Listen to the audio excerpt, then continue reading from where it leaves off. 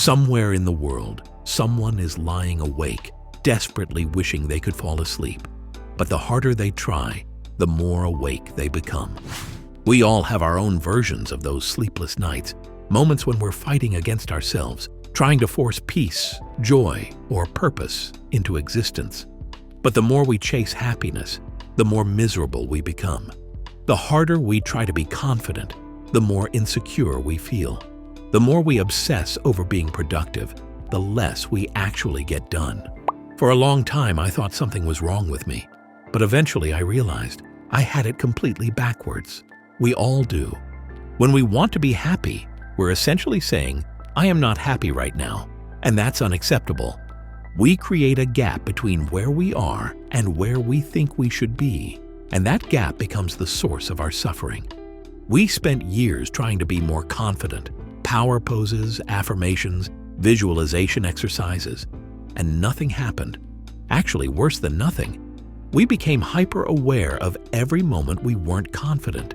Every interaction started to feel like a test we were failing. And that's when it all starts to make sense. The real problem wasn't just the lack of confidence, it was how we reacted to it. That's the paradox.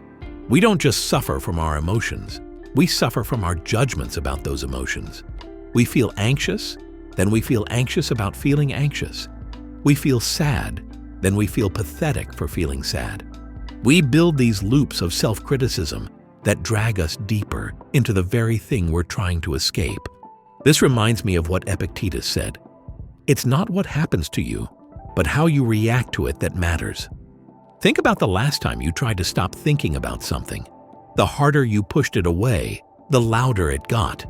Psychologist Daniel Wegner called this the ironic process theory. When we try to suppress a thought, it only makes it stronger. Now I know what you're thinking. Does this mean we should just give up?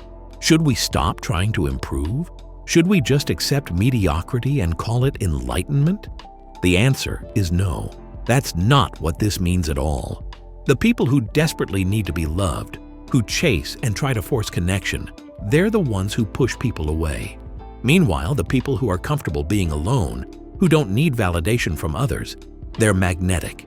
Why? Because they're not trying. They're simply authentic.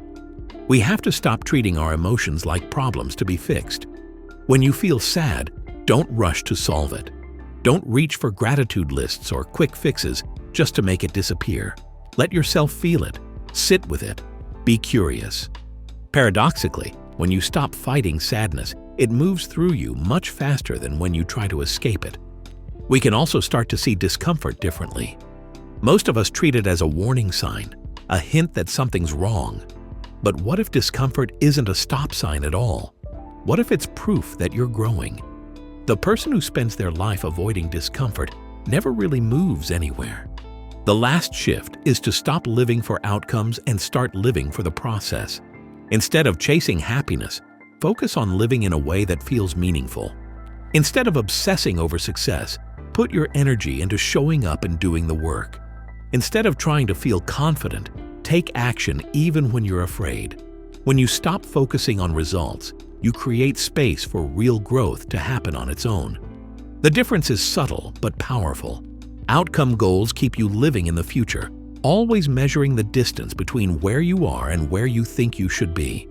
Process goals pull you back into the present, into the only place where growth actually happens. The truth is, you already are enough, right now, with all your flaws and imperfections. The work isn't to become enough. The work is to realize that you already are. Stop trying so hard to improve yourself. Stop treating your life like a problem to be solved. Instead, get curious. Notice what's actually happening rather than obsessing over what should be happening. Take action from genuine interest rather than desperate need. What do you think about the effort paradox? I'd love to hear your thoughts. And if this has shifted your perspective, consider subscribing, not to chase improvement, but to keep exploring what it means to live with a little more honesty and ease.